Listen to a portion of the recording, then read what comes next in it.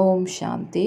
2/7/2026 பாபா சொல்கிறாங்க, இனிமையான குழந்தைகளே, நீங்கள் விகாரங்களை தானம் செய்தால் ராகு திசை நீங்கிவிடும். தானம் கொடுத்தால் கிரகணங்கள் நீங்கிவிடும். அதாவது ஆத்மாவில் இருக்கக்கூடிய தோஷம் விலகிடும். பாபா கேள்வி கேட்குறாங்க. விருட்சபதி பாபா தன்னுடைய பாரதவாசி குழந்தைகளுக்கு குரு திசை ஏற்படுவதற்கு என்ன நினைவுபடுத்துகின்றார்? பதில்: ஹே பாரதவாசி குழந்தைகளே, உங்களுடைய ஆதி சனாத்தன தேவி தேவதா தர்மம் மிகவும் உன்னதமானது. நீங்கள் சர்வகுண சம்பன்னமாக 16 கலை சம்பூர்ணமானவர்களாக இருந்தீர்கள். நீங்கள் கடலின் குழந்தைகள் காம விகாரத்தில் போய் கருப்பாகிவிட்டீர்கள். கிரகணம் ஏற்பட்டு விட்டது. இப்பொழுது நான் மீண்டும் உங்களை வெண்மையாக்குவதற்காக வந்துள்ளேன், அதாவது தூய்மையாக்குவதற்காக வந்துள்ளேன். இந்த நினைவு வருவதால் விருட்சபதியின் திசை உங்கள் பக்கம் இருக்கின்றது. பாட்டு. ஓம் நமக் சிவாய. ஓம் சாந்தி. நீங்கள் யாருடைய மகிமையை கேட்டீர்கள்?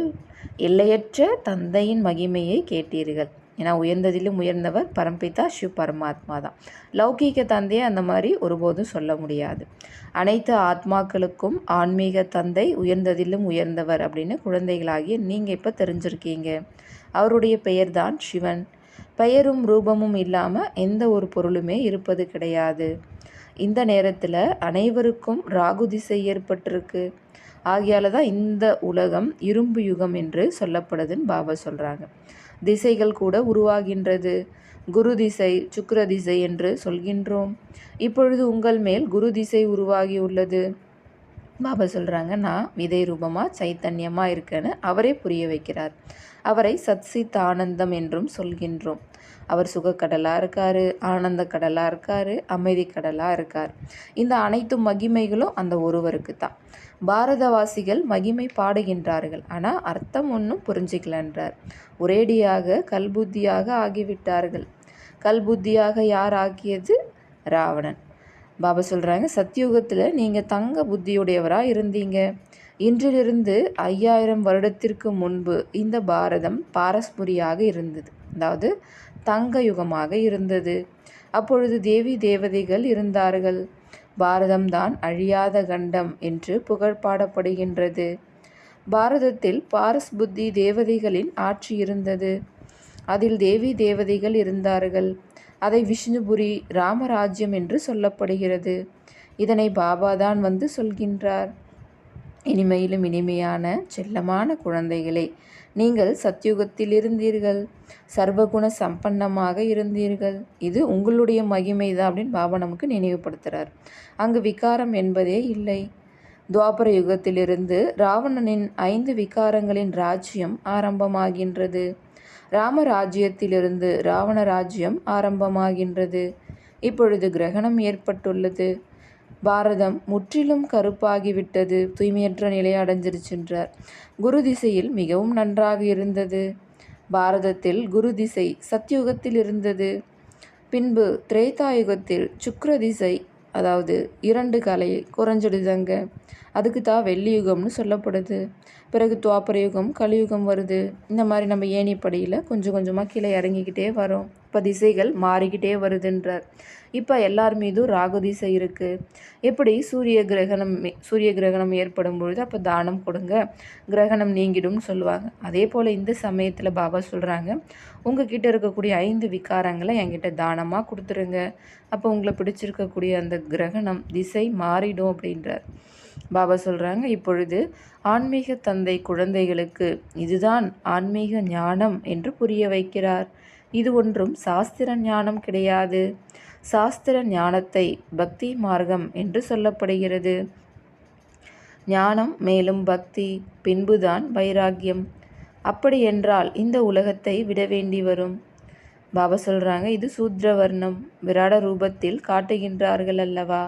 பிராமணன், தேவதை, சத்திரியன், வைஷ்யன் என்று பாரதத்தில் தான் இந்த கதை இருக்குது. விராட ரூபத்தை உருவாக்குறாங்க. இன்றிலிருந்து 5000 வருஷத்துக்கு முன்னாடி பாரதம் சொர்க்கமாக இருந்தது. அப்போ வேறு எந்த கண்டமுமே இல்லை. இதை பாபா தான் புரிய வைக்கிறாங்க. இந்த ராஜயோகத்தை யார் கற்றுத்தராங்க? சிவாச்சாரி, ஆசிரியரான சிவ் பரமாத்மாவே வந்து கற்றுத்தரார். அவர் தான் ஞானக்கடலாக இருக்கார். எந்த மனிதர்களையும் ஞானக்கடல் பதீத பாவன்னு சொல்ல முடியாது. அனைவரையும் விடுவிக்கக்கூடியவர் யார்? ஒரே ஒரு சிவபாபா தான். அவரே சுயம் வரார், பரந்தாமத்திலேருந்து இறங்கி வராரு. துக்கத்தில் இந்த ராவணன் கிட்டேருந்து நம்மளை விடுவிக்கிறார். பிறகு வழிகாட்டியாகி அனைவரையும் கூட்டிகிட்டு போகிறார். எங்கே? நம்ம வீட்டுக்கு, பரந்தாமத்துக்கு.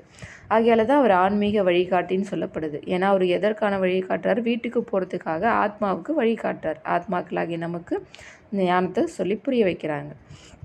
அதனால் பாபா சொல்கிறாங்க, நான் உங்கள் எல்லாருக்குமே வழிகாட்டியாக இருக்கேன். எல்லாருமே நான் தான் திரும்ப வீட்டுக்கு கூட்டிகிட்டு போகிறேன். என்னை போல் வழிகாட்டி வேறு யாரும் ஆக முடியாதுன்னு சிவபாபா சொல்கிறாங்க. இறை தந்தை தான் விடுவிப்பவர், வழிகாட்டி, ஆனந்த கடல் என்று அவருக்கு சொல்லப்படுகிறது. அவர்தான் அனைவர் மீதும் கருணை காட்டுகின்றார். மிகவும் அன்பானவர் பாபா. அனைத்து நாயகிகளுக்கும் அவர் ஒருவர்தான் நாயகனாக உள்ளார். அனைத்து தேசத்தையும் ஒன்று சேர்க்கின்றார். ஏனெனில் அவர் அனைவருக்கும் தந்தை அல்லவா? பாரதத்தில் சிவனுடைய கோவில்கள் அதிகமாக உள்ளன. அவர் இருக்கும் இடத்தை தான் சிவாலயம் என்று சொல்லப்படுகின்றது. சத்யுகத்தில் தேவி தேவதா தர்மம் இருந்தது. ஆனால் அந்த தர்மம் எப்பொழுது இருந்தது? அவர்களுடைய ராஜ்யம் எப்பொழுது இருந்தது? இது யாருக்கும் தெரியாது. சத்யுகத்தின் ஆயுள் மிக நீளமாக எழுதிவிட்டார்கள். உங்கள் மேல் குரு திசை அமர்கின்றது 21 ஜென்மத்திற்காக என்று பாபா புரிய வைக்கின்றார். பாபா சொல்கிறாங்க, உங்களுடையது தான் சிரேஷ்டமான தர்மமாகவும் கர்மமாகவும் இருந்தது என்று பாபா நினைவுபடுத்துகின்றார். இப்பொழுது நீங்கள் கீழான பாவி ஏழையாகிவிட்டீர்கள். நீங்கள் தேவதைகளுக்கு பூஜாரியாக ஆகிவிட்டீர்கள். பின்பு தன்னை இந்துக்கள் என்று ஏன் சொல்லிக் கொள்கின்றீர்கள்? பாரதத்திற்கு என்ன நிலைமை ஏற்பட்டுவிட்டது? தேவதை தர்மத்தில் இருந்த நீங்கள் விகாரி ஆனதால் தன்னை தேவதை என்று சொல்வது இல்லை. பகவானுடைய மகா வாக்கியம், நான் உங்களுக்கு சத்யுகத்திற்காக ராஜயோகம் கற்றுக் கொடுக்கின்றேன். பகவான் ஒருவர்தான். நாம் அவரின் குழந்தைகள் சாலிகிராம். நீங்கள் பூஜிக்க தகுதியானவர்களாக இருந்தீர்கள். பின்பு நீங்களே பூஜாரி, பக்தர்கள் ஆகிவிட்டீர்கள் என்று பாபா சொல்கின்றார். இப்பொழுது மீண்டும் பூஜிக்க தகுதியானவர்கள் ஆவதற்காக ஞானம் கேட்கின்றீர்கள். பின்பு துவாபர யுகத்திலிருந்து மீண்டும் பூஜிக்க தகுதியான நிலையிலிருந்து பூஜாரியாக ஆகிவிடுகின்றீர்கள். பாபா சொல்கிறாங்க, நீங்கள் 84 ஜென்மம் முழுமையாக எடுக்கின்றீர்கள். 84 ஜென்மம் யார் முழுமையாக எடுக்கின்றார்களோ அவர்களே இப்பொழுது வந்து பிரம்மா குமாரர்கள் ஆகிறார்கள். இந்த சங்கம யுகத்தில்தான் ஆதி சனாதன தேவி தேவதா தர்மம் ஸ்தாபனை ஏற்படுகின்றது. இதுதான் கல்யாணக்காரி சங்கம யுகம். இந்த யுகத்தை தான் கல்யாணக்காரி என்று சொல்லப்படுகின்றது. அதாவது நன்மை செய்யக்கூடிய யுகம் என்று சொல்லப்படுகின்றது. இந்த விநாசத்திற்கு பிறகுதான் சொர்க்கத்தின் கதவு திறக்கப்படுகின்றது. நீங்கள் இங்கே சொர்க்கவாசியாக ஆவதற்காக, அதாவது விஷ்ணுபுரி செல்வதற்காக வந்துள்ளீர்கள். குழந்தைகளான உங்களுக்கு இப்பொழுது அழிவற்ற குரு திசை ஏற்பட்டுள்ளது. இப்பொழுது அதே சங்கமயுகம் நடக்கின்றது. தேவதைகளான உங்களுக்காக புதிய உலகம் வேண்டும். அதனால் இனிமையிலும் இனிமையான குழந்தைகளே, மன்மனாபவ என்ற மந்திரத்தில் இருங்கள் என்று பாபா சொல்கின்றார்.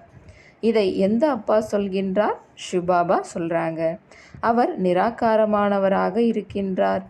நீங்களும் நிராகாரமானவர்கள்தான். ஆனால் நீங்கள் அடுத்தடுத்து ஜென்மம், அதாவது பிறவி எடுக்கின்றீர்கள். நான் இந்த பிறவி சக்கரத்தில் வரதில்லை என்றார் சிவபாபா. உலகம் முற்றிலும் பழையதாகிவிட்டது. இப்பொழுது மீண்டும் அதனை புதியதாக்க வேண்டும். பதித்த உலகத்தில் எத்தனை மனிதர்கள் பாருங்கள். பாவன உலகத்தில் மிகவும் குறைவான பேர்தான் ராஜ்யம் செய்கின்றனர். ஒரே ஒரு தர்மம்தான் இருந்தது. பாரதத்தை தான் சொர்க்கம் என்று சொல்லப்படுகின்றது. முதலில் சின்ன பூச்செடியாக இருந்தது. இப்பொழுது முட்கள் நிறைந்த பெரிய காடாகிவிட்டது. சத்தியுகத்தில் ஸ்டார்டிங்கில் 9 லட்சம் பேர் தான் இருப்பாங்க. அப்புறம் கொஞ்சம் கொஞ்சமாக அதிகரித்து இப்போ எவ்வளோ கோடி மக்கள் தொகை வந்துடுச்சு. பூந்தோட்டமாக இருந்தது, இப்போ முள் நிறைந்த காடாயிடுச்சுன்றாங்க பாபா. டெல்லியில் முகல் கார்டன் பாருங்கள், எவ்வளவு பெரியதாக உள்ளது. அதைவிட பெரிய தோட்டம் வேறு எதுவும் இல்லை. காடு கூட எவ்வளவு பெரியதாக உள்ளது. சத்யுகத்தில் தோட்டம் கூட மிகவும் சிறியதாக இருக்கும். பிறகு வளர வளர பெரியதாக ஆகிவிடுகின்றது. இப்பொழுது முட்கள் நிறைந்த காடாகிவிட்டது. ராவணன் வந்ததால் முள்ளாகி விட்டார்கள். பாபா சொல்கிறாங்க, இப்பொழுது தானம் செய்யுங்கள், கிரகணம் நீங்கிவிடும். சம்பூர்ண நிர்விகாரி நீங்கள் இங்கேதான் ஆக வேண்டும். பின்பு இந்த உடலை விட்டுவிட்டு சிவாலயம் வந்து விடுவீர்கள். சிவாலயத்தில் மிகுந்த சுகம் இருக்கும். அதாவது சிவனால் ஸ்தாபனை செய்யப்பட்ட உலகம் இந்த சத்யுகம். அதை தான் பாபா இங்கே சிவாலயம்னு சொல்கிறாங்க, சொர்க்கத்தை. ஸோ அதுக்கு நாம் போகிறதுக்காக தான் பாபா நம்மளை இப்போ இங்கே தயார்படுத்திகிட்டு இருக்கேன் அப்படின்றார். அது தேவி தேவதைகளின் ராஜ்யம். சத்யுகத்தை சிவாலயம் என்றும் கலியுகத்தை வேஷ்யாலயம் என்றும் சொல்லப்படுகின்றது. இந்த வைஷ்யாலயத்தை ராவணன் ஸ்தாபனை செய்தார். இப்பொழுது பாரஸ்நாத் உங்களை பாரஸ் புத்தியுடையவராக ஆக்கி கொண்டு இருக்கின்றார். அதனால் அப்படிப்பட்ட பாரஸ்நாத் பாபாவை நீங்கள் எவ்வளவு அன்பாக நினைக்க வேண்டும். நல்லது. இனிமையிலும் இனிமையான செல்லமான குழந்தைகளுக்கு தாய் தந்தையுமான பாப் தாதாவின் அன்பு நினைவுகள், மேலும் காலை வணக்கங்கள். ஆன்மீக குழந்தைகளுக்கு ஆன்மீக தாய் தந்தையின் நமஸ்காரம். ஆன்மீக தந்தைக்கு ஆன்மீக குழந்தைகளின் அன்பு நினைவுகள் மற்றும் நமஸ்காரம். தாரணைக்கான முக்கிய சாரம். முதல் பாயிண்ட், இந்த முள் நிறைந்த காட்டிலிருந்து மலர் தோட்டத்திற்கு செல்வதற்காக விகாரம் என்ற முல்லை விட வேண்டும். தங்க யுகத்தினர் ஆவதற்காக மிகவும் அன்பாக நினைவு செய்ய வேண்டும். 2வது பாயிண்ட், இந்த கல்யாணக்காரி சங்கம யுகத்தில் சூத்திரனிலிருந்து பிராமணர் ஆவதற்கு முயற்சி செய்ய வேண்டும். ராகு திசையை நீக்குவதற்காக விகாரங்களை தானம் செய்ய வேண்டும். பாபா வரதானம் தராங்க. சங்கம யுகத்தில் ஒவ்வொரு செயலையும் ஓர் கலையினுடைய ரூபத்தில் செய்யக்கூடிய 16 கலைகளும் நிறைந்தவர் ஆகுக. சங்கம யுகத்தில் நாம் செய்யக்கூடிய ஒவ்வொரு செயலும் ஒரு கலை ரூபத்தில் செய்யணும். அவங்க தான் 16 கலைகளும் நிறைந்தவர் அப்படின்றார். சங்கம யுகம் என்பது குறிப்பாக செயல் வடிவிலான கலையை காட்டுவதற்கான யுகமாகும். அதாவது நம்மளுடைய திறமையை, சிறப்புகளை வெளிப்படுத்துறதுக்கான யுகம் அப்படின்றார். யாருடைய ஒவ்வொரு செயலும் கலை நயத்துடன் இருக்கின்றதோ அவர்களுடைய ஒவ்வொரு செயலும் மற்றும் குணங்களும் மகிமைப்படுத்தப்படுகின்றன. 16 கலைகளும் நிறைந்தவர் என்றால் அவர்களுடைய ஒவ்வொரு நடத்தையும் ஒரு முழுமையான கலை வடிவில் தென்பட வேண்டும். 16 கலைகளும் நிறைந்தவர் அப்படின்னா அப்போ அவங்களுடைய ஒவ்வொரு நடத்தையும் முழுமையாக கலை வடிவமாக தென்படணும். இதுவே முழுமையான நிலையின் அடையாளமாகும். சாகார தந்தையின் பேச்சு, நடை என அனைத்திலும் தனித்துவத்தை கண்டீர்கள் அல்லவா. பிரம்மா பாபாவினுடைய ஒவ்வொரு நடத்தையும் பார்த்தீங்க இல்லைங்களா. அதுதான் கலை அப்படின்றார். அவரிடம் எழுந்திருக்கும், அமரும் கலை, பார்க்கும் கலை, நடக்கும் கலை என அனைத்தும் இருந்தன. எல்லாவற்றிலும் ஒரு பற்றற்ற நிலையும் சிறப்பும் இருந்தது. எனவே அவரை பின்பற்றி நீங்களும் 16 கலைகளும் நிறைந்தவராக ஆகுங்கள். ஸ்லோகன். யார் ஒரு விஷயத்தை உடனடியாக புரிந்து கொண்டு, அதாவது பகுத்தாராய்ந்து சரியான முடிவை எடுக்கின்றாரோ அவரே சக்தி வாய்ந்தவர் ஆவார். அவ்யக்த இஷாராவினுடைய தலைப்பு, ஜுவாலா சுரூப ஸ்திதியில் இருந்து கொண்டு சக்திசாலி நினைவின் அனுபவம் செய்யுங்கள். குழந்தைகளாகிய உங்களுடைய யோகம் எப்போது ஜுவாலா சுரூபமாக சக்தி வாய்ந்ததாக மாறுகிறதோ அப்பொழுது தூய்மை என்ற நெருப்பு ஒரு நொடியில் உலகத்தின் அசுத்தங்களை சாம்பலாக்கிவிடும். தூய்மையின் இந்த சக்தி மிகவும் மகத்தான சக்தியாகும். இறுதியில் நீங்கள் முழுமையாக தூய்மை அடையும் போது உங்களுடைய உயர்ந்த எண்ணத்தின் தீவிர தீயினால் இந்த அசுத்தங்கள் அனைத்தும் எரிந்து சாம்பலாகிவிடும். ஓம் சாந்தி.